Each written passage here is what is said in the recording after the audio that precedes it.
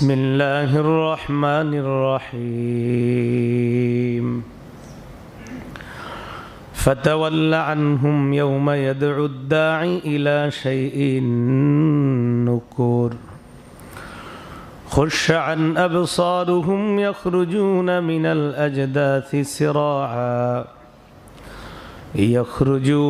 الأجداث كأنهم جراد منتشر اللهم صل على محمد وعلى آل محمد كما صليت على إبراهيم وعلى آل إبراهيم إنك حميد مجيد اللهم بارك على محمد وعلى آل محمد كما باركت على إبراهيم وعلى آل إبراهيم إنك حميد مجيد بسم الله الرحمن الرحيم اللهم لك الحمد ولك الشكر اللهم إني أعوذ بك من شر لساني وشر سمعي وشر بصري وشر مني আলহামদুলিল্লাহ আল্লাহ আমাদেরকে জুমার সালাত আদায় করার জন্য মসজিদে উপস্থিত হওয়ার তৌফিক দান করেছেন বলে আলহামদুলিল্লাহ।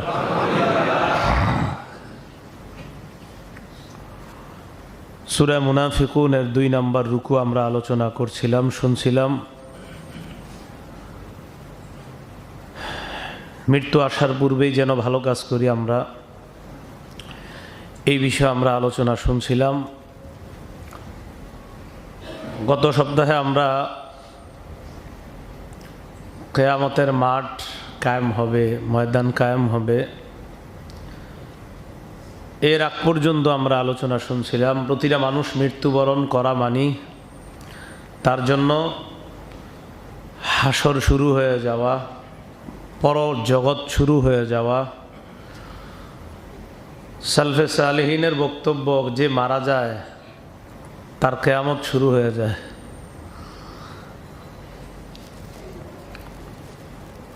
হাসরের ময়দানে বিভিন্ন মানুষ বিভিন্নভাবে উঠবে। কাফেরদের ওঠার অবস্থা হবে একটা, গুনাহগার ইমানদার যারা তাদের অবস্থা হবে একটা, মুত্তাকি ইমানদার যারা তাদের অবস্থা হবে একটা। কাফের, গুনাহগার ইমানদার আর মুত্তাকি ইমানদার। একটু মনোযোগ দিয়ে শুনবো আমরা, কারণ আলহামদুলিল্লাহ আমরা ইমানদার এবং আশা করি আমরা ইমান নিয়ে আল্লাহর কাছে যাব ইনশাআল্লাহ। তো যাদের ইমান থাকবে না তাদের এক অবস্থা, আর ইমান যাদের থাকবে যদি গুনাহগার হয় তার এক অবস্থা, আর যদি মুত্তাকি হয় আর এক অবস্থা। সূরা মাআরিজের 43-44 নম্বর আয়াতে আল্লাহ বলেন, ইয়াউমা ইয়াখরুজুনা মিনাল আজদাথি সিরাআ, সেদিন কাফেররা কবর থেকে বের হবে দ্রুততার সাথে।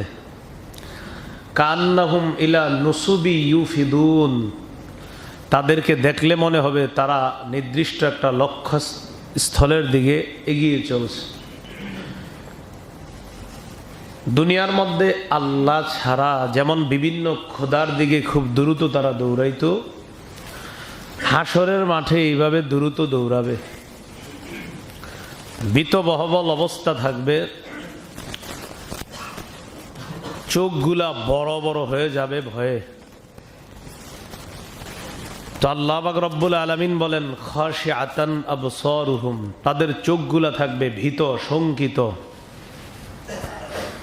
তারহাকুহুম যিল্লাহ, লাঞ্ছনা তাদেরকে গ্রাস করে ফেলবে। আল্লাহ বলেন, যালিকাল ইয়াউমুল্লাযী কানু ইউআদুন, এই দিনের ব্যাপারেই তাদেরকে সতর্ক করা হয়েছে আগে, তারা শোনে নাই।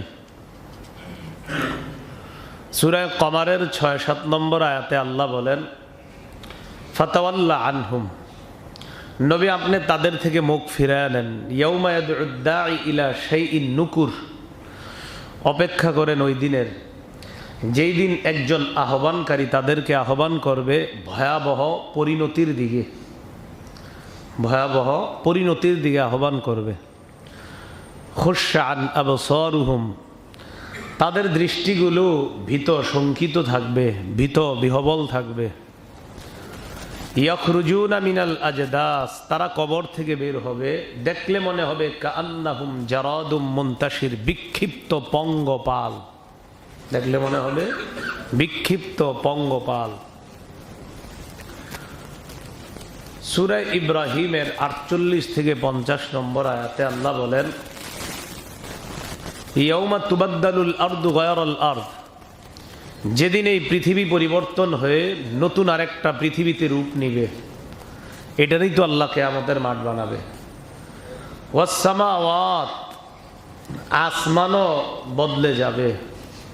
ওয়া বারাজু লিল্লাহিল ওয়াহিদিল কাহ্হার, তারা ক্ষমতাধর প্রতাপশালী আল্লাহর সামনে দাঁড়াবে। ওয়াতারাল মুজরিমিনা, নবী আপনি অপরাধীদেরকে দেখবেন মুকাররানিনা ফিল আসফাত, শিকলে বেঁধে তাদেরকে উপস্থিত করা হবে। দেখলেই মনে হবে দাগী আসামি, দাগী অপরাধী। সারাবিলুহুম মিন কাতিরান, তাদের পোশাকগুলো হবে আলকাতরার। ওয়া তাগশা উজুহাহুমুন নার, আগুন তাদের চেহারাগুলা ঝলসে দিবে, ঢেকে ফেলবে, পুরা চেহারাটা আগুন আচ্ছন্ন করে ফেলবে। এগুলা হলো কাফের, যারা ঈমান থাকবে না তাদের অবস্থা হবে এমন, দেখলেই মনে হবে এগুলা বড় ধরনের অপরাধী। তো সেদিন আফসুস করবে। আল্লাহ বলেন আফসুস যে করবে তারা, আমি তো দুনিয়াতেই জানিয়ে দিয়েছি আফসুস করবে, এরপরেও তারা কেন শোনে নাই? সূরা মারিয়ামের 39 নম্বর আয়াতে আল্লাহ বলেন, ওয়া আনযিরহুম ইয়াউমাল হাসরাহ, নবী আপনি তাদেরকে আফসুসের দিন সম্পর্কে সতর্ক করেন। তো এই দিনটা যে আফসুসের হবে এটা তো আল্লাহ আগেই বলে দিয়েছেন। সেদিন যে কাফেররা এই কথা বলবে যে আল্লাহ আফসুস যে হবে আজকে, আপনি তো আম করে বলেন নাই, এটা বলার সুযোগ নাই, আল্লাহ জানাই দিছে দুনিয়াত। সেদিন কাফেররা কামনা করবে তাদেরকে যদি মাটির সাথে মিশিয়ে দেওয়া হতো, আর এই কামনা যে তারা করবে এটাও আল্লাহ বলে দিয়েছেন। তো আল্লাহ যখন বলেই দিয়েছেন যে শোনো তারা এমন করবে, এটা দাওয়াত দেওয়ার পরেও তারা বিশ্বাস করে না। আপনার কোনো কলিগ আছে অমুসলিম, তাকে আপনি বললেন যে দেখো ঈমান ছাড়া যারা যাবে তারা কিন্তু সেদিন আফসুস করবে আর বলবে যদি তাদেরকে মাটির সাথে মিশিয়ে দেওয়া হতো। তো কলিগকে দাওয়াত দিয়ে বলবেন, এটা বলার সুযোগ থাকবে না সেদিন যে আল্লাহ আপনি তো জানান নাই, দেখো আল্লাহ বলে দিয়েছেন এগুলো। সূরা নিসার 42 নম্বর আয়াতে আল্লাহ বলেন, ইয়াউমাইযি ইয়াওয়াদ্দুল্লাযীনা কাফারু ওয়া আসাবুর রাসূলা লাউ তুসাওয়া বিহিমুল আরদ, সেদিন কাফেররা এবং রাসূলের নাফরমানি করেছে যারা, তারা কামনা করবে লাউ তুসাওয়া বিহিমুল আরদ, যদি তাদেরকে মাটির সাথে সমান করে দেওয়া হতো, এটা কামনা করবে। সূরা নাবার 40 নম্বর আয়াতে আল্লাহ বলেন, ওয়া ইয়াকুলুল কাফিরু ইয়া লাইতানি কুনতু তুরাবা, কাফের সেদিন বলবে আমি যদি মাটি হয়ে যেতাম। এই কথাটা কাফের বলবে, আমি যদি মাটি হয়ে যেতাম। সূরা শুআরার 91 থেকে 100 নম্বর আয়াতে আল্লাহ বলেন, ওয়াবুররিজাতিল জাহিমু লিল গাবিন, পথভ্রষ্টদের জন্য জাহান্নামটা উন্মোচন করা হবে, প্রকাশ করা হবে। ওয়াকিলা লাহুম আইনামা কুনতুম তা'বুদুনা মিন দুনিল্লাহ, বলা হবে আল্লাহ ছাড়া তোমরা যাদের ইবাদত করতা ওই খোদারা কোথায়? বলা হবে আল্লাহ ছাড়া তোমরা যাদের ইবাদত করতা, ওই উপাস্যরা, ওই খোদা যাদেরকে তোমরা খোদা মানতা, তারা কোথায়? হাল ইয়ানসুরুনাকুম আও ইয়ানতাসিরুন, আল্লাহ বলবেন তারা কি তোমাদের সাহায্য করবে অথবা তারা কি নিজেদেরকে সাহায্য করতে পারবে, যাদেরকে দুনিয়াতে তোমরা সাহায্যকারী মনে করতা। ফাকুবকিবু ফিহা হুম ওয়াল গাউন, জাহান্নামের মধ্যে তারা যাদের ইবাদত করত ওই খোদা এবং খোদার অনুসারী যারা উভয় দলকে মাথাটা নিচের দিকে দিয়ে জাহান্নামের মধ্যে ফেলা হবে। قالوا وهم فيها يختصمون وجنود إبليس أجمعون ইবলিসের সৈন্য যারা তাদেরকেও জাহান্নামে ফেলা হবে। قالوا وهم فيها يختصمون তারা ঝগড়া করবে আর বলবে তাল্লাহ আল্লাহর কসম ইন কুন্না লাফি দালালিম মুবিন আমরা স্পষ্ট পথভ্রষ্টতার মধ্যে ছিলাম। সেদিন তারা স্বীকার করবে ওয়ামা আদাল্লানা ইল্লাল মুজরিমুন আমাদেরকে পথভ্রষ্ট করেছে অপরাধীরা। ফামা লানা মিন শাফিঈন আমাদের কোনো সুপারিশকারী নাই। ওয়ালা সাদিকিন হামিম কোনো অন্তরঙ্গ বন্ধুও নাই। দেখেন তো যখন কিয়ামতের মাঠে কেউ বলবে আহারে আজকে আমাদের কোনো সুপারিশকারী নাই, কোনো অন্তরঙ্গ বন্ধু নাই, এই কথাটা কতটা নিরুপায় হয়ে, কতটা অসহায় বোধ করে, কতটা এতিম বোধ করে বলবে আমাদের কোনো সাহায্যকারী নাই, আমাদের কোনো সুপারিশকারী নাই, এটা বলবে। ইবলিস কি করব? তার অনুসারী যারা ছিল ইবলিসের একটা বক্তব্য দিবে। ইবলিস একটা বক্তব্য দিবে তার অনুসারীদেরকে। সূরা ইব্রাহিমের 22 নম্বর আয়াতে বক্তব্যটা আল্লাহ উল্লেখ করেছেন। ওয়াকাল আশ-শাইতানু লাম্মা কুদিয়াল আম কিয়ামতের ময়দানে ফয়সালা যখন হবে তোমরা জাহান্নামী, এরকম যখন ফয়সালা হবে, ইন্নাল্লাহা ওয়া'দাকুম ওয়া'দাকুম ওয়া'দাল হক ইবলিস তার অনুসারীদেরকে বলবে, যারা ঈমান আনে নাই তাদেরকে ইবলিস বলবে আল্লাহ তোমাদেরকে যে ওয়াদা করেছে ওই ওয়াদা সত্য। ওয়া ওয়া'আদতুকুম আমি ইবলিস তোমাদেরকে ওয়াদা করেছিলাম। ফাআখলাফতুকুম আমি আজকে ওয়াদা খেলাফ করলাম। আমি তো তোমাদেরকে সত্য ওয়াদা করি নাই, আমি যা করেছি সব মিথ্যা। ইবলিস বলবে আল্লাহ যে ওয়াদা করেছে এটাই সত্য। আল্লাহ বলেছেন ঈমান আনলে জান্নাত পাইবা। আমি ইবলিস তোমরে বুঝাইছি কিয়ামত বলতে কিছু নাই, আখিরাত বলতে কিছু নাই, আমারটা তোমরা বিশ্বাস করছো। ইবলিস বলবে এটা।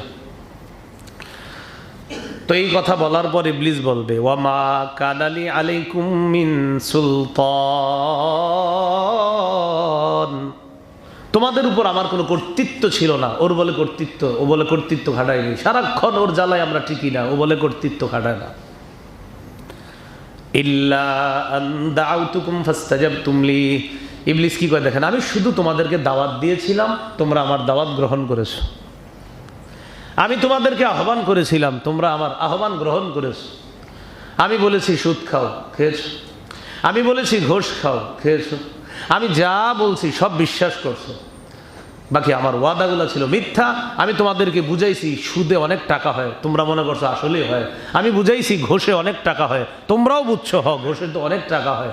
তো ইবলিস বলবে এখন আমার কিছু করার নাই, চলো উভয় দল মিলেই আমরা জাহান্নামে চলে যাই। এখন ওরা তো চেতবে, যদি আপনারা কেউ বলে যে তোমার আমি ভুলভাল কথা বলছি, তো আমরা কি করি, রাগ করি না? তো মানুষগুলারে ইবলিস বলবে ফালা তালুমুনি, এই আমারে কিছু বলবা না। ইবলিস বলবে আমারে তিরস্কার করবা না। ওয়ালুমু আনফুসাকুম নিজেদেরকেই তিরস্কার করো, কেন আমার কথা শুনছো? ইবলিস বলবে মা আনা বিমুসরিখিকুম ওয়া মা আনতুম বিমুসরিখিয়া আমি তোমাদের ফরিয়াদ শুনবো না, তোমরাও আমার ফরিয়াদ শুনবা না। চলো দুই দল মিলেই জাহান্নামের মধ্যে কাটাই। আমি তোমাদের ফরিয়াদ শুনবো না, তোমরাও আমার ফরিয়াদ শুনবা না। আজকে ফরিয়াদ শোনার দিন না। আমি তোমাদেরকে দাওয়াত দিয়েছিলাম, মিথ্যা দাওয়াত, আমার দাওয়াত গ্রহণ করেছো, এখন তোমরাও পথভ্রষ্ট, আর আমি তো পথভ্রষ্ট ছিলামই। চলো জাহান্নামে চলো। আল্লাহ হেফাজত করেন। সূরা আহজাবের 66 থেকে 68 নম্বর আয়াতে আল্লাহ বলেন ইয়াউমা তুকাল্লাবু উজুহুম ফিন্নার আগুনে পুড়ে তাদের চেহারাগুলো যখন পরিবর্তন হয়ে যাবে, ইয়াকুলুনা ইয়া লাইতানা আতা'না আল্লাহ ওয়া আতা'নার রাসূলা তারা বলবে, হায় আফসুস, আমরা যদি আল্লাহর আনুগত্য করতাম আর নবীর আনুগত্য করতাম কতই না ভালো হতো, এটা বলবে তারা। وقالوا ربنا إنا أطعنا سادتنا وكبراءنا, তারা বলবে, আল্লাহ, আমরা আমাদের নেতাদের অনুসরণ করেছিলাম, বড় ভাইদের অনুসরণ করেছিলাম, এরা যা বলতো ভাবতাম ওটাই সঠিক। ফাদাল্লুনা সাবিলা, এরা আমাদেরকে পথভ্রষ্ট করছে। একদল জাহান্নামী আরেকদল জাহান্নামীর ব্যাপারে আল্লাহর কাছে অভিযোগ করবে, কথাটা বুঝছেন? একদল জাহান্নামী আরেকদল জাহান্নামীর ব্যাপারে বলবে, আল্লাহ, এরা আমাদেরকে পথভ্রষ্ট করেছে। রব্বানা আতিহিম দিআফাইনি মিনাল আযাব, আল্লাহ আমাদেরকে তো শাস্তি দিচ্ছেন, আমাদের রিকোয়েস্ট হলো আপনার কাছে ওদেরকে আপনি দ্বিগুণ শাস্তি দেন। বলবে এক জাহান্নামী আরেক জাহান্নামীর ব্যাপারে বলবে, আমাদেরকে তো শাস্তি দিচ্ছেন, ওদেরকে আপনি দ্বিগুণ শাস্তি দিবেন। এই জন্য আল্লাহ যে আমাদেরকে ঈমানের নেয়ামত দান করছেন, প্রতিদিন খুব বেশি পরিমাণে শুকরিয়া আদায় করা দরকার। আলহামদুলিল্লাহ। এই হলো আপনার কাফেরদের অবস্থা। 2 নাম্বার, গুনাহগার ইমানদারদের অবস্থা। এদের অবস্থা কি হবে? সূরা আলী ইমরানের 180 নম্বর আয়াত। এই আয়াতটা রাসূল সাল্লাল্লাহু আলাইহি সাল্লাম একটা হাদিস পেশ করে এই আয়াতটাও দলিল হিসাবে পেশ করেছেন। আয়াতটা কি? যারা ইমানদার দুনিয়াতে কিন্তু যাকাত দেয় নাই, আছে না ইমানদার যাকাত দেয় নাই, তো এটা তার অপরাধ। সহিহ বুখারীর বর্ণনা 4565 নম্বর হাদিস। এই হাদিসের মধ্যে আছে, ক্বালা রাসূলুল্লাহ সাল্লাল্লাহু আলাইহি ওয়াসাল্লাম, মান আতাহুল্লাহু মালা ফালাম ইউআদ্দি যাকাতা, আল্লাহ যাকে সম্পদ দিয়েছেন সে যদি যাকাত আদায় না করে, মুসিলা লাহু মালুহু শুজাআন আকরা, তার এই সম্পদ বিষধর টেকু সাপে রূপান্তরিত করা হবে। টেকু সাপ কেন হবে? এই সাপের কোনো চুল থাকবে না কেন? মুহাদ্দিসিনে কেরাম ব্যাখ্যা করছে, কয় রাগে তার চুলগুলা পড়ে যাবে, রাগে। এই সাপের এত রাগ, চুলগুলা পড়ে যাবে রাগে, ওর প্রচুর রাগ। লাহু জাবিবাতান, 2 চোখের উপর 2টা কালো চিহ্ন থাকবে ভয়ঙ্কর। ইয়াখুযু বিল হিজিমাতাইহি ইয়ানি বিশিদকাই, সাপ যাকাত অনাদায়কারী ব্যক্তি যে তাকে ধরবে, 2 পাশ দিয়ে এইভাবে ধরে চোয়ালের মধ্যে কামড় দিবে, কামড় দেওয়ার আগে তাকে বলবে, আনা কানজুকা আনা মালুকা, আমি তোমার সঞ্চিত সম্পদ, তুমি আমারে যাকাত দাও নাই, এখন আমি সাপ হয়ে তোমাকে খাবো, তোমাকে খাওয়া শুরু করব। সাপ তার সাথে কথা বলবে। রাসূলুল্লাহ সাল্লাল্লাহু আলাইহি সাল্লাম বলেছেন তো নিশ্চিত, কোনো সন্দেহ নাই এই অবস্থা হবে। এজন্য যাকাত, বকেয়া যাকাত যারা আদায় করিনি, যাকাতগুলো আদায় করে দেওয়া। আপনি আজকে মারা গেলে কালকে একদিন হয়ে যাবে, এটা একদম চূড়ান্ত সত্য কথা। কিন্তু আপনি যাকাত না দিয়ে মালের মহব্বত করে ওটাকে রেখে দিয়েছেন আপনার পরবর্তী প্রজন্মের জন্য, তারাদের এটা খেয়ে খেয়ে বড় হচ্ছে, কিন্তু আপনার জন্য তো সেটা সাপ হবে, সাপ হয়ে আপনাকে কামড়াবে। এই হাদিস বইলা নবীজি একটা আয়াত তেলাওয়াত করলেন, সূরা আলী ইমরানের 180 নম্বর আয়াত।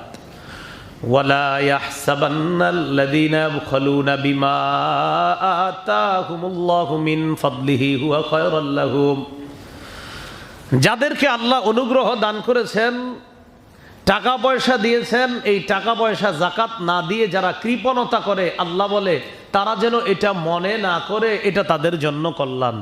আল্লাহ বলেন, আমি যাদেরকে টাকা পয়সা দিয়েছি তারা যাকাত না দিয়ে তারা যদি মনে করে এটা আমি খুব ভালো করছি, আমারে কেউ পায় নাই, হুজুররা যদি জানতো আমার টাকা আছে তো ফতুয়া দিত, কেন আপনি যাকাত দেন নাই, আল্লাহ বাঁচাই দিয়েছে, হুজুররা জানে নাই। কথার কথা, আপনি বাঁচাই দেয় নাই, আপনি মরছেন। ওরা আলেম যদি জানতো আপনার ব্যাপারে আর যদি বলতো যাকাত দেন, তো আপনি এটা মরা না, এটা আপনার বাঁচা। আর আপনি যেটাকে আটকায় রেখে মনে করতেছেন বেঁচে গেছেন, এটা বাঁচা না, এটা মরা। আল্লাহ বলেন বাল হুয়া শাররুল লাহুম, এটা তার জন্য অকল্যাণ। তাহলে যাকাত না দিয়ে কেউ যদি মনে করে এটা কল্যাণ, বেঁচে গেছি, আমার জাকাতটা দেওয়া লাগে নাই, এটা করলাম, আমি তো আমার টাকাটা বাইসা গেল। আল্লাহ কয় না না, বাল হুয়া শাররুল লাহুম, বাঁচে না, এটা তোমার জন্য অকল্যাণ। সায়ুতাওয়াকুনা মা বাখিলু বিহি ইয়াউমাল কিয়ামাহ, তার এই সম্পদ যেটা কৃপণতা করেছে, জাকাত দেয় নাই, সম্পদটাকেই তার গলায় পেঁচানো হবে, মানে সাপে রূপান্তরিত করে এটা গলার মধ্যে পেঁচায়া দেওয়া হবে, আর ওই সাপ তাকে কামড়াতে থাকবে। আল্লাহ হেফাজত করেন। এবার আলোচনাগুলো কিন্তু কাফেরদের হচ্ছে না, ইমানদারের আলোচনা হচ্ছে। জাকাত তো আর কাফের দিবে না, দিবি তো ইমানদার। স্বর্ণ রূপার জাকাত যারা দেয় না, আমাদের অনেক মা বোনরা স্বর্ণ 1.5 ভরি 2 ভরি আছে, তো ভাবে 7.5 ভরি না হইলে তো আর জাকাত হয় না। কয় ভরি? 7.5 ভরি, এটাই তো জাকাত। আসলেই তো ঠিক। রূপা আছে, চিন্তা করে 52.5 তোলা রূপা না হইলে তো আর জাকাত হবে না। কিন্তু আপনি যে আপনার বিবির অ্যাকাউন্টে 40,000 50,000 টাকা রাইখা দিচ্ছেন, 30,000, আর এটার মালিকও আপনার বিবি, তা আপনার বিবি 30,000 টাকার মালিক আছে, প্রভিডেন্ট ফান্ড বা তা কোনো জায়গায় রেখে দিচ্ছে, 30,000 টাকার মালিক। এদিক দিয়ে তার কিছু রূপা আছে, 52.5 তোলা রূপা না, কম কিছু কম রূপা আছে, 7.5 ভরি স্বর্ণ না, কিছু স্বর্ণ আছে।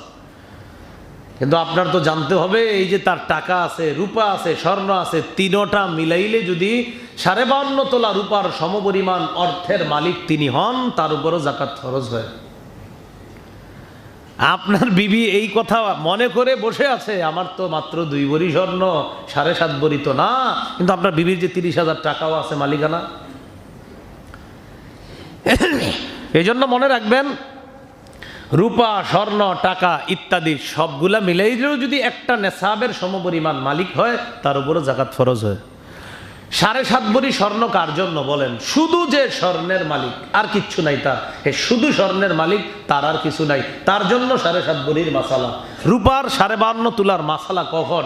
যার রূপা ছাড়া আর কিচ্ছু নাই, তার যদি 52.5 তোলা রূপা হয় তাহলে তার জাকাত, যার রূপা ছাড়া আর কিছুই নেই। কিন্তু তার কিছু রূপা, কিছু স্বর্ণ, কিছু টাকা আছে, তিনোটা মিলাইলেও যদি 52.5 তোলা রূপার সমপরিমাণ অর্থের মালিক তিনি হন, তার উপর জাকাত ফরজ। তো এবার স্বর্ণ রূপা যারা জমা করছে, জাকাত দেয় নাই, তাদের কি অবস্থা হবে একটু শোনেন। মুসলিম শরীফের 987 নম্বর হাদিস। এই জন্য জাকাতগুলা দিয়ে দিয়েন, আর বুদ্ধি করে কি করবেন, বিবির মালিকানার টাকাটা আজকে গিয়ে নিয়ে নেবেন নাকি। আগে যে দেয় নাই জাকাত, সেগুলোর কি হবে? জাকাত দিতে হবে, বকেয়া জাকাত দিয়ে দিয়েন। আপনার বিবির মালিকানায় যে ছিল এত কিছু, জাকাত আসছে তার উপরে, দিয়ে দিবেন আপনি।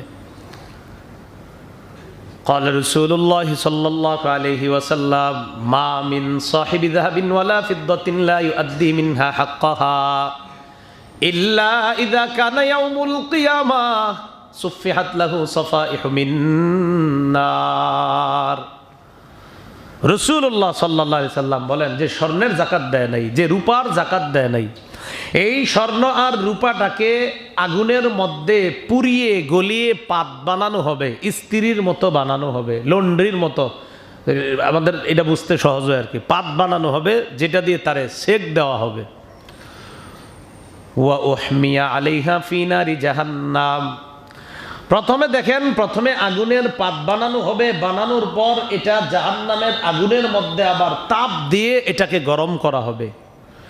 ফায়ুকওয়া বিহা জামবুহু ওয়া জাবিনুহু ওয়া যহরুহু, ওটা দিয়ে তার পার্শ্ব, তার কপাল আর তার পিঠের মধ্যে সেক দেওয়া হবে। কি দেওয়া হবে? সেক।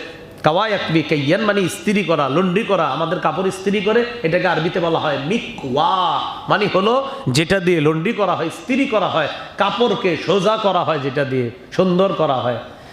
কাওয়ায়াকবি ঠিক ব্যাকরণগতভাবে এই জায়গা, এই বিষয়টাই রাসূল প্রয়োগ করেছেন। ব্যাকরণগতভাবে যেই ক্রিয়াটা লন্ড্রি করার ক্ষেত্রে ব্যবহার হয়, রাসূল ঠিক ওই ক্রিয়াটাই ব্যবহার করছেন। আর আল্লাহ কোরআনের মধ্যে ঠিক এই ক্রিয়াই ব্যবহার করেছেন। ফাতুকওয়া আল্লাহ ব্যবহার করেছেন, ফাতুকওয়া নবীজি ব্যবহার করেছেন ফায়ুকওয়া। তুকওয়া এটা হলো স্ত্রীলিঙ্গ, ইউকওয়া এটা হলো পুরুষ লিঙ্গ। তো রাসূলুল্লাহ সাল্লাল্লাহু আলাইহি সাল্লাম বলেন, তার পার্শ্ব, তার কপাল, তার পিঠের মধ্যে সেক দেওয়া হবে। কুল্লামা বারাদাত, সেক দিতে দিতে ঠান্ডা হবে। উঈদাত লাহু, আবার এটাকে গরম করা হবে। ফি ইয়াউমিন, এই শাস্তিটা তার হবে কেয়ামতের মাঠে, জাহান্নামে না, এটা কিন্তু কেয়ামতের মাঠে এই শাস্তিটা হবে একদিন। বলেন কয়দিন হবে এটা? কয়দিন? তো একদিন তো ব্যাপার না। কানা মিকদারুহু 50 আলফা সানা, 50,000 বছর। একদিনের পরিমাণ কত? 50,000 বছর। এই একদিন শাস্তি দেওয়া হবে। হাদিসে যখন প্রথম দিন পড়ছে আর কি, ফি ইয়াউমিন, একদিন তো ব্যাপার না। একটু সামনে গিয়ে দেখি রসুল বলতেছে, শোনো, কানা মিকদারুহু 50 আলফা সানা, একদিনের পরিমাণ হবে মাত্র 50,000 বছর।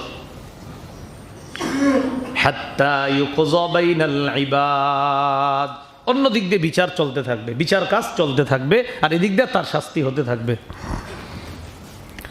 এই হলো আপনার স্বর্ণরূপা জাকাত দেয় নাই। সাহাবীরা বললেন, হুজুর, সাহাবীরা তো ওট পালতেন, আরবের মধ্যে ওট ছিল বিখ্যাত। সাহাবীরা টেনশনে পড়ে গেছে যে ওটের কি হইব, ওনারা তো ওটের মালিক ছিল বেশি। সাহাবীগণ প্রশ্ন করলেন, ফাল ইবিলু ইয়া রাসূলুল্লাহ, হুজুর ওটের যাকাত যারা দেয় না তাদের কি হবে? নবীজি বললেন, ওয়ালা সাহিবু ইবিলিন লা ইউআদ্দি মিনহা হাক্কাহা, যারা দুনিয়ার মধ্যে উটের যাকাত দেয় না, লা ইয়াফকিদু মিনহা শাইআ, তাদের অবস্থা হবে কিয়ামতের ময়দানে বুতিহালাহা বিকাইন কারকার, সমতল একটা ভূমির মধ্যে তার মাথাটা নিচের দিকে নিয়ে তাকে শোয়ানো হবে। জমিনের মধ্যে শুয়ে দেওয়ার পর দুনিয়ার মধ্যে যেই ওটগুলার যাকাত দেয় নাই, ওই ওটগুলা আর তাদের বাচ্চা সহ কিয়ামতের ময়দানে উপস্থিত হবে। হওয়ার পর তাতাউহু বিআখফাফিহা, খুর দিয়ে তারে পারাইতে থাকবে। ওয়া তাআদ্দুহু বিআফওয়াহিহা, আর মুখ দিয়ে কামড়াতে থাকবে। খুর দিয়ে পারাবে, মুখ দিয়ে কামড়াবে। আমগরে যাকাত দাও নাই কেন? এটাও ফি ইয়াউমিন কানা মিকদারুহু 50 আলফা সানা, এটাও একদিন, যে একদিনের পরিমাণ হবে 50,000 বছরের সমান। বিসমিল্লাহ। এবার সাহাবীরা প্রশ্ন করলেন, হুজুর গরু আর ছাগল, যারা বাংলাদেশিরা শুনেন, হুজুর গরু আর ছাগল এটার হক যারা আদায় করে না, আমাদের দেশে অনেকে ফার্ম করে, কিন্তু গরুর যারা ব্যবসা করে তাদের কিন্তু মাসালা আছে, 1-2টা গরু ছাগল এটা সমস্যা নাই। কিন্তু যারা আপনার বিজনেস করে, গরুর ফার্ম আছে বিশাল, ছাগলের ফার্ম ইত্যাদি, তারা কিন্তু মুফতি সাহেবদের সাথে পরামর্শ করে মাসালা আদায় করতে হবে। তাদের মাসালা যাই না, আপনার এই মাসালা পালন করতে হবে। যাদের ফার্ম আছে, আমাদের এই কোরবানির সময় কিন্তু আপনার অনেক গরু ব্যবসায়ী আছে, যারা এরকম ফার্ম আছে, তাদের কিন্তু কিছু মাসালা আছে আলাদা। হুজুর গরু ছাগলের হক যারা আদায় করে নাই তাদের কি হবে?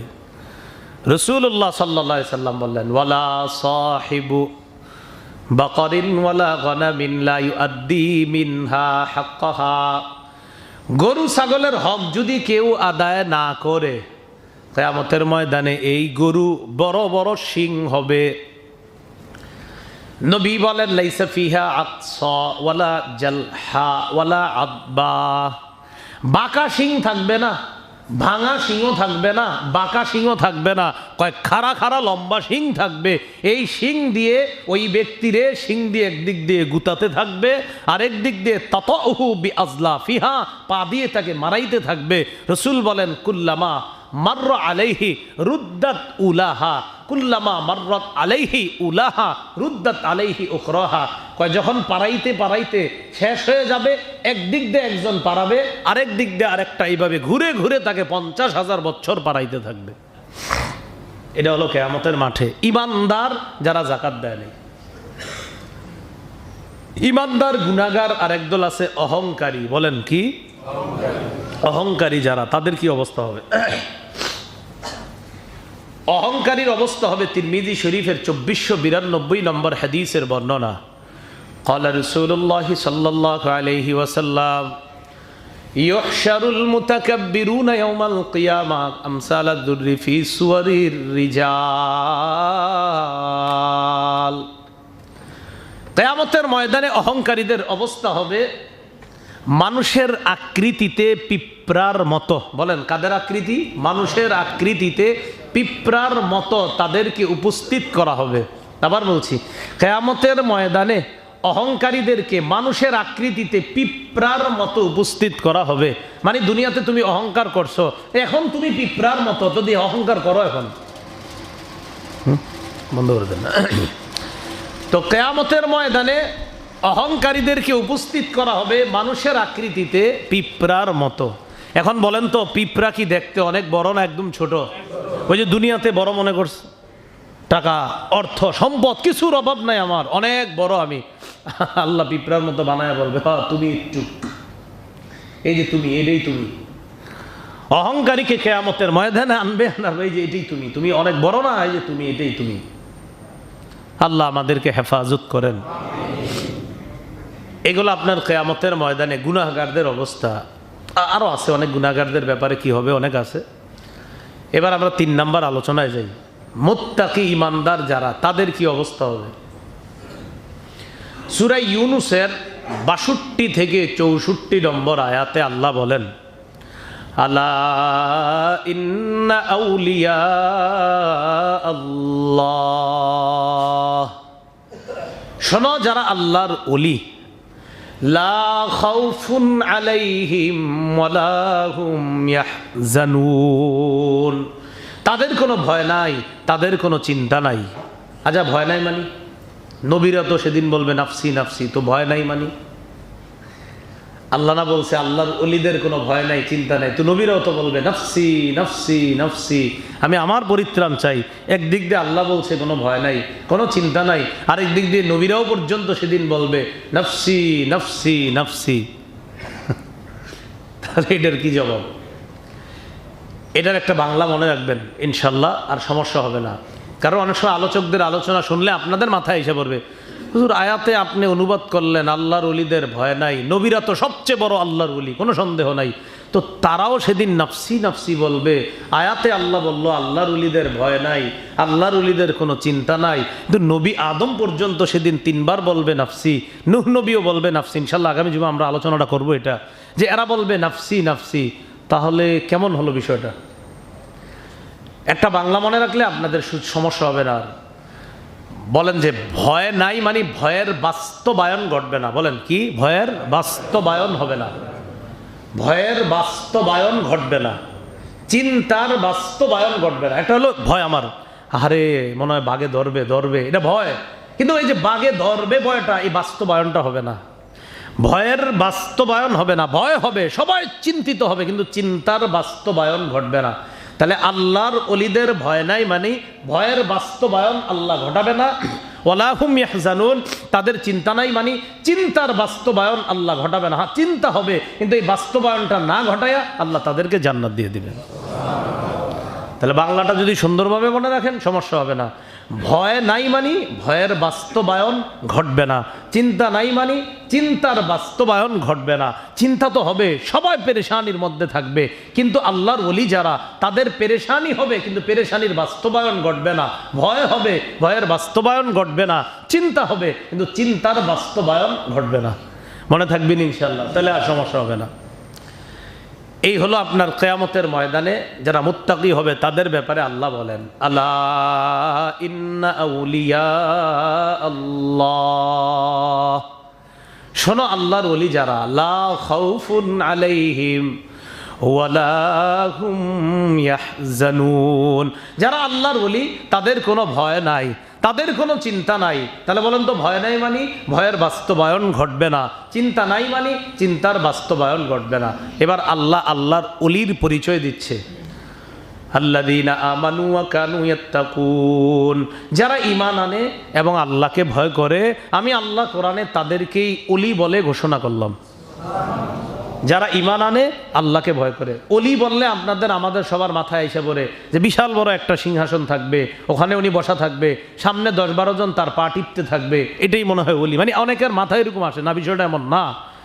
আল্লাহ বলেন যারা ঈমান আনে, যারা আল্লাহকে ভয় করে। সে রিক্সা চালক যদি আল্লাহকে ভয় করে, কোনো কৃষক যদি আল্লাহকে ভয় করে, কোনো বস্তির একটা লোক যদি আল্লাহকে ভয় করে, 10 তলার বাড়ির মালিক আল্লাহকে ভয় করে, একজন দোকানদার আল্লাহকে ভয় করে, চা দোকানদার যদি আল্লাহকে ভয় করে, মুদি দোকানদার যদি আল্লাহকে ভয় করে, ভ্যান চালায়া যারা ব্যবসা করে এরাও যদি আল্লাহকে ভয় করে, আল্লাহ বলেন তারাই আমার ওলি। ওলি যে আমাকে ভয় করবে সে ওলি আমার। তো এটা আল্লাহ বলে দিলেন। সাথে সাথে আল্লাহ অন্য আয়াতে বললেন, ইন্না আকরামাকুম ইনদাল্লাহি আতকাকুম। আল্লাহ পাক রব্বুল আলামিন সূরা হুজুরাতের 13 নম্বর আয়াতে বলেন, ইন্না আকরামাকুম ইনদাল্লাহি আতকাকুম। আয়াতটা শুরু করেছেন এইভাবে, ইয়া আইয়ুহান নাস ইন্না খালাকনাকুম মিন যাকারিন ওয়া উনসা। হে মানুষ, আমি তোমাদেরকে সৃষ্টি করেছি মিন জাকারিন, একজন পুরুষ থেকে, ওয়া উনসা, একজন নারী থেকে। একজন পুরুষকে আদম, একজন নারী হাওয়া, এই দুইজন থেকে আমি তোমাদেরকে সৃষ্টি করেছি।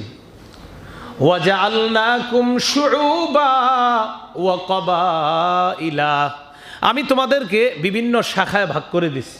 ওয়া ক্বাবাইলা, বিভিন্ন গোত্র, গোত্র আছে না, এই গোত্র অমুক গোত্র, এই গোত্রে গোত্রে ভাগ করে দিছি। কেন? লিতাআরাফু, যেন তোমরা পরস্পর পরস্পরকে চিনতে পারো, পরিচয় লাভ করতে পারো, তোমরা যেন একদল আরেকজনের সাথে পরিচয় হতে পারো। মিরপুরে আছেন আপনারা, আবার একদল আছে আপনার কই সুদূর সাভারে আছে, এরকম। তো এইভাবে বিভিন্ন জায়গায় আমি একজন নারী পুরুষ থেকেই তোমাদেরকে বানিয়েছি, কিন্তু আমি আবার গোত্রে গোত্রে এইভাবে ভাগ করেছি, তোমাদেরকে গোত্র গোত্র বানিয়ে দিয়েছি, কবিলা বংশ এইভাবে বানিয়ে দিয়েছি। লিতাআরাফু, যেন তোমরা পরিচয় লাভ করতে পারো। তবে শোনো, আমি তোমাদেরকে এইভাবে ভাগ করলেও কে আফ্রিকা থাকো আর কে বাংলাদেশে, কে সৌদি আর কে অন্য দেশে, ওটা কোনো সমস্যা না। ইন্না আকরামাকুম ইনদাল্লাহি আতকাকুম, তোমাদের মধ্যে যে আমাকে বেশি ভয় করবে আমি আল্লাহ তাকে সবচেয়ে সম্মানিত ব্যক্তি বলে ঘোষণা করলাম। কি শিখলাম এখান থেকে? যে আল্লাহকে সবচেয়ে বেশি যে ভয় করবে আল্লাহ তাকে বলছেন তুমি সবচেয়ে বড় সম্মানিত। তো এই হলো আপনার যে তাকওয়া অবলম্বন করবে তাদের কিয়ামতের ময়দানে ভয়ের বাস্তবায়ন ঘটবে না, চিন্তার বাস্তবায়ন ঘটবে না। এবার আল্লাহ বলেন, লাহুমুল বুশরা ফিল হায়াতিদ দুনিয়া ওয়া ফিল আখিরা, দুনিয়াতেও তাদের জন্য সুসংবাদ, আখিরাতেও তাদের জন্য সুসংবাদ। লা তাবদীলা লিকালিমাতিল্লাহ, আল্লাহ বলেন আল্লাহর কথার কোনো পরিবর্তন নাই, পরিবর্তন হবে না। যালিকা হুয়াল ফাউজুল আযীম, আল্লাহ বলে এটাই মহান সফলতা, চূড়ান্ত সফলতা। আল্লাহ আমাদেরকে চূড়ান্ত সফল হওয়ার তৌফিক দান করেন। এবার কিয়ামতের ময়দানে এই হলো বিভিন্ন মানুষের বিভিন্ন অবস্থা। বিচারটা শুরু হবে কিভাবে? সমস্ত মানুষগুলা কিয়ামতের মাঠে পেরেশান থাকবে, কঠিন অবস্থার মধ্যে থাকবে সবাই। এই পেরেশানের মুহূর্তগুলা কেমন হবে? আল্লাহ বলেন আল কারিআহ, করাঘাতকারী, আত্মাকে প্রকম্পিতকারী। মাল কারিআহ, আত্মা প্রকম্পনকারী জিনিসটা কি? ওয়া মা আদরাকা মাল কারিআহ, নবী আপনি কি জানেন আত্মাকে পর্যন্ত কাঁপিয়ে তুলবে জিনিসটা কি? এবার আল্লাহ নিজেই বলছেন, ইয়াউমা ইয়াকুনুন নাসু কাল ফারাশিল মাবসুস, যেদিন মানুষগুলা হয়ে যাবে কাল ফারাশিল মাবসুস, বিক্ষিপ্ত পতঙ্গের মতো হয়ে যাবে। ওয়া তাকুনুল জিবালু কাল ইহনিল মানফুস, পাহাড়গুলা হয়ে যাবে ধ্বনিত রঙিন পশমের মতো, উঠতে থাকবে পাহাড়। তা আল্লাহ পাক রব্বুল আলামিন বলেন এই অবস্থা যখন হবে, ফাআম্মা মান সাকুলাত মাওয়াজিনু, যার আমল নামা ভারী হবে, ওজনের পাল্লায় যার আমল নামাটা ভারী হবে, ফাহুয়া ফি ঈশাতির রাদিয়া, সে সন্তোষজনক জীবনের মধ্যে থাকবে, আনন্দদায়ক জীবনের মধ্যে থাকবে। ওয়া আম্মা মান খাফফাত মাওয়াজিনুহু ফাউম্মুহু হাবিয়া, যার আমলের ওজন হালকা হয়ে যাবে তার ঠিকানা হবে হাবিয়া। বলেন কি হবে ঠিকানা? তো আল্লাহ বলেন ওয়া মা আদরাকা মা হিয়া, নবী আপনি কি জানেন হাবিয়া জিনিসটা কি? নারুন হামিয়া, উত্তপ্ত আগুন, জ্বলন্ত আগুন, যা সব কিছুকে ভস্ম করে জ্বালিয়ে দিবে, সব কিছুকে পুড়িয়ে দিবে। নারুন হামিয়া, সব কিছুকে শেষ করে দিবে আগুন, জ্বলন্ত আগুন, উত্তপ্ত আগুন, এটা হলো হাবিয়া। আমল নামা যার ভারী হবে তার অবস্থা ভালো হবে, যার আমলের পাল্লা ওজনের পাল্লায় আমল নামা হালকা হয়ে যাবে তার ঠিকানা হবে হাবিয়া। এখন বিচার ব্যবস্থাটা সর্বপ্রথম শুরু হবে কিভাবে? সমস্ত মানুষগুলা কিয়ামতের ময়দানে পেরেশান। ক্বালা রাসূলুল্লাহ সাল্লাল্লাহু আলাইহি ওয়াসাল্লাম ইয়ারাকুন নাসু ইয়াউমাল কিয়ামাহ ইউলজিমুহুমুল আরাকু ইলজামা। মানুষগুলা ঘর্মাক্ত হয়ে যাবে, প্রচণ্ড ঘেমে যাবে। ঘামের পরিমাণ এই হবে কারো কোমর পর্যন্ত, কারো হাঁটু পর্যন্ত। নবীজি বলেন হাত্তা ইয়াবলুগা আযানাহুম, কারো কান পর্যন্ত। কান পরিমাণ ঘামের মধ্যে হাবু ডুবু খাবে, কঠিন অবস্থা হবে, পেরেশানির মধ্যে থাকবে সেদিন। রসুল বলেন কারো কারো ঘাম সাবঈনা জিরআ, চারপাশে 70 গজ পর্যন্ত ছড়ায়া যাবে ঘাম। এরকম ঘামের মধ্যে মানুষ সাঁতার কাটতে থাকবে। এই অবস্থায় মানুষগুলা একজন আরেকজনকে বলবে আচ্ছা এখন আমরা কি করব, এরকম অবস্থা তো সহ্য করা যায় না, তো আমাদের কি করা দরকার? তখন সবাই বলবে এমন কাউকে খোঁজা দরকার যে আমাদের জন্য আল্লাহর কাছে সুপারিশ করবে, হাত্তা ইউরিহানা মিন মাকানিনা হাযা, যেন তিনি আমাদেরকে এই অবস্থা থেকে পরিত্রাণের ব্যবস্থা করেন, এমন কাউকে খুঁজতে হবে। তো এমন কাকে খুঁজবো আমরা? তখন তারা বলবে তোমরা আদম নবীর কাছে যাও। কোন নবীর কাছে? আদম নবী। এই আদম নবীর কাছে যাওয়ার পর লম্বা আলোচনা, তারপর কি ঘটবে রাসূল সাল্লাল্লাহু আলাইহি ওয়াসাল্লাম বিশাল বড় একটা হাদিসের মধ্যে আমাদেরকে অবস্থাগুলা জানিয়ে দিবেন ইনশাআল্লাহ। আগামী জুমায় আমরা জানবো যে কিয়ামতের ময়দানে মানুষগুলা কঠিন পেরেশানির মধ্যে যখন পড়বে তখন বিচার ব্যবস্থাটা শুরু হবে কিভাবে, এই বিষয়টা আমরা আগামী সপ্তাহে জানবো। এরপর ওজনের পাল্লা কেমন হবে, মিজান কেমন হবে, পর্যায়ক্রমে আমরা জানবো। আল্লাহ পাক রব্বুল আলামিন আমাদের সকলকে মৃত্যুবরণ করার আগেই যেন আমরা বেশি বেশি ভালো কাজ করতে পারি, আল্লাহ তৌফিক দান করেন। গত জুমাও আদায় করছে, আপনাদের এই কর্নারে বসতেন একজন মুরব্বী করে, হ্যাঁ জাকির সাহেব, গত রবিবারে ইন্তেকাল করছে। খুব মহব্বত করতেন, ওই আপনার বিহারি পাড়া থেকে আসতো, ওখান থেকে আসতো এখানে। চিন্তা করেন, দেখাও করছে, মুসাফাও করছে, নামাজের পরে দেখা করছে, মুসাফা করছে, সব ঠিক আছে, রবিবারে ইন্তেকাল করছে। তো এইখানে প্রতি জুমায় এসে বসত, আজকের জুমায় নাই। আগামী সব জুমায় যে আমি আপনি কে থাকবো না আমাদের জানা নাই।